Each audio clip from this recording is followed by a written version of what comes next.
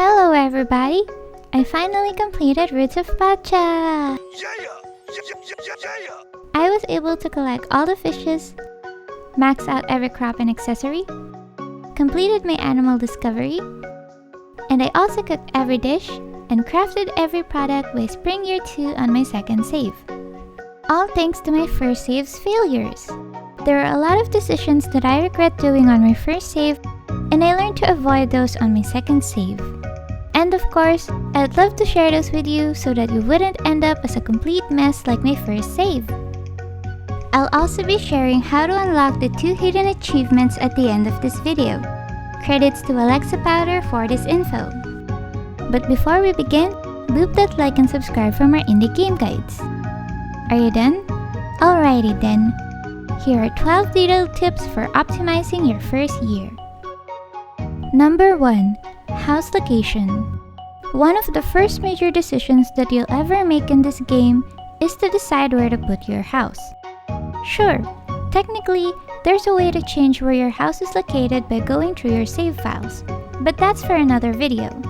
If you want to save yourself from the trouble though, I suggest placing your house somewhere at the south of the map. Like, I don't know, maybe this spot? Because once you progress through the game, you'd unlock a contribution box and a Glyptodon teleporter in this area. So placing a house nearby will make it more efficient for you. Full bag because of the crops for contribution? Drop them at the contribution box. Want to hit the caves first thing in the morning? Teleporter right outside your house. Number 2. Rite of Passage. The Rite of Passage buff matter. Well, sorta. It depends on your priority though. If you want stuff that can benefit you in the early game, then the fish would be okay for contribution. This helps out in the late game too, but kinda not that much. If you want to rush friendships, which is totally not efficient, but sure, then you'd want to choose the flower. But if you want something that would benefit you in the long run, I suggest giving either the seeds or the dish. The seed increases the crop growth speed, and once you get to the point of having max crop growth and extra yield chance accessories, then leveling your crops to level 5 would be a piece of cake. On the other hand, the dish gives extra stamina. This is honestly the safest choice if you don't know which one you'd like to rush or something. Number 3. Fishing for contribution in the early game. In the early game, fishing is a great source of income until you get the fermenter. It would be best to save your stamina for fishing while waiting for your crops to grow, and make sure to sun-dry the fish to increase its contribution points.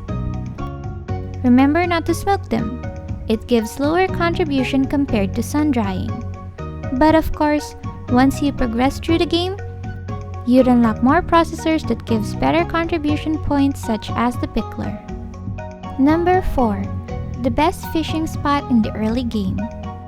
The best place to fish in the early game is the savannah once you've unlocked it. Otherwise, the land is your next best option. During spring, you can get archer, fatfish, and a chance to get cerrado in the savannah, which gives better contribution compared to the other locations. Don't believe me? Then let's check the fishes from the other locations.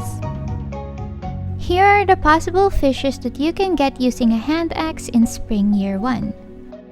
At the land, you can get a porcupine and a tic-tac. At the forest lake, you can get a hammer, lunas, mystic, and a peludo. At the forest river, you can get a cera, cabeza, and bosirem. At the beach, you can get a belemnite, antenna and tunas, chitons, goni, and oyster. I'll let you do the research for the other seasons. Do take note that in the early game, you'd have lesser chance of getting rarer or more expensive fishes because you probably still don't have a harpoon or fishing rarity accessories yet. Which means that it's better to look at the base price of the most common fishes per location. And as you can see, the savannah fishes gives the most contribution for common fishes. In the late game, fishing is still one of the best sources of income, especially when you've maxed out your fishing rarity accessories. It's actually one of my favorite methods. It would be easier to spawn and catch these babies in the secret cave area. So don't forget to check out my secret cave area guide on the description below for more information on this technique.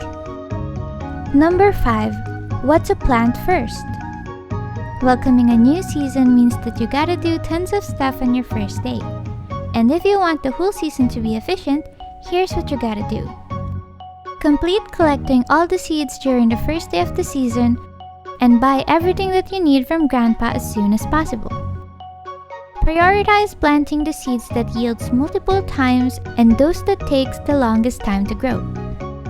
Here's the list of seed that gives multiple harvests and the ones that takes forever to grow.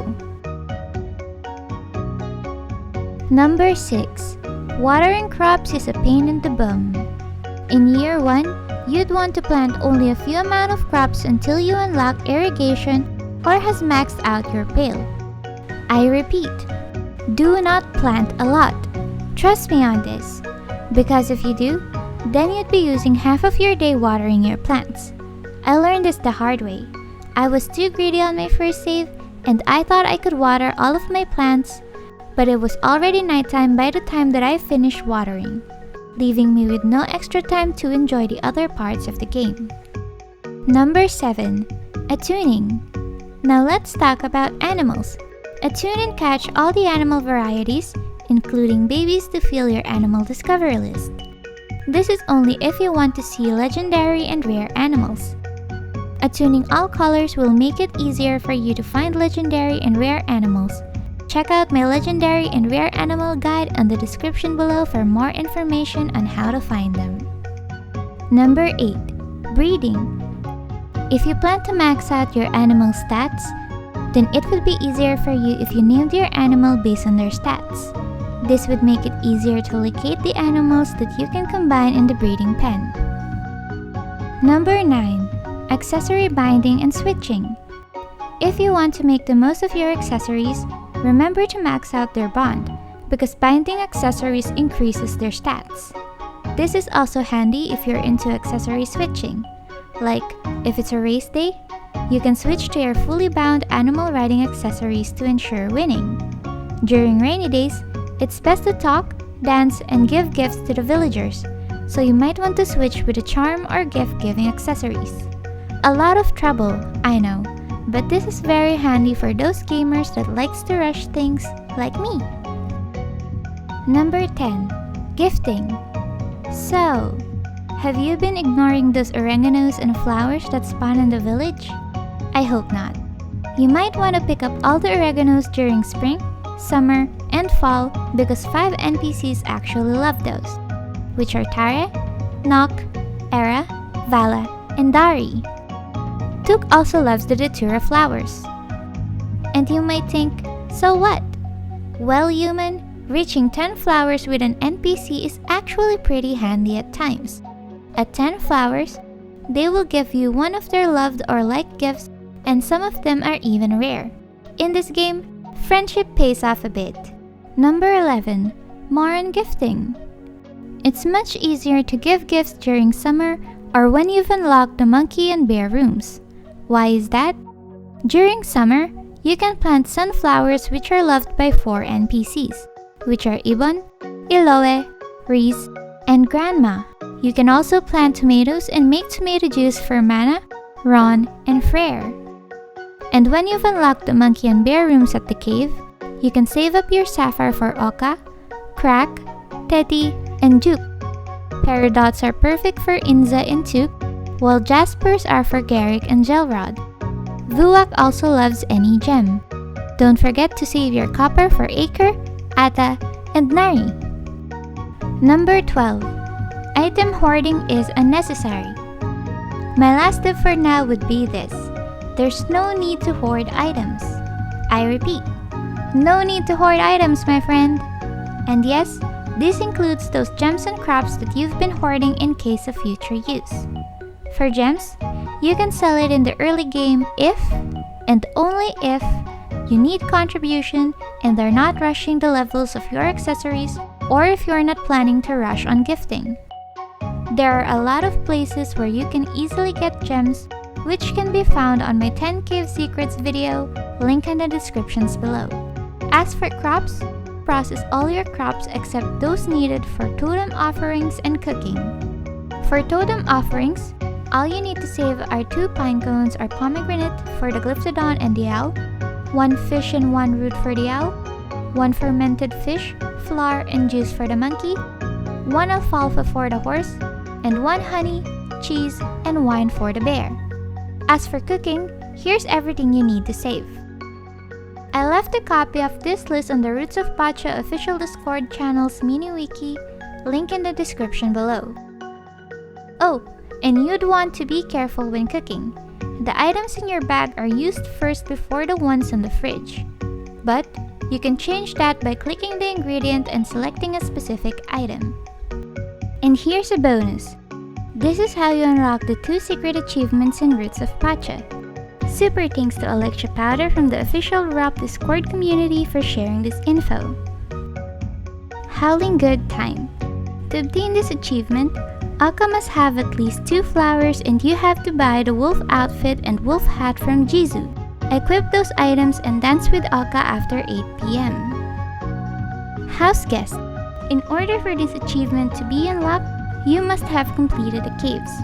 Once there, use the teleporter function to travel to the Glyptodon's den and leave the game unattended.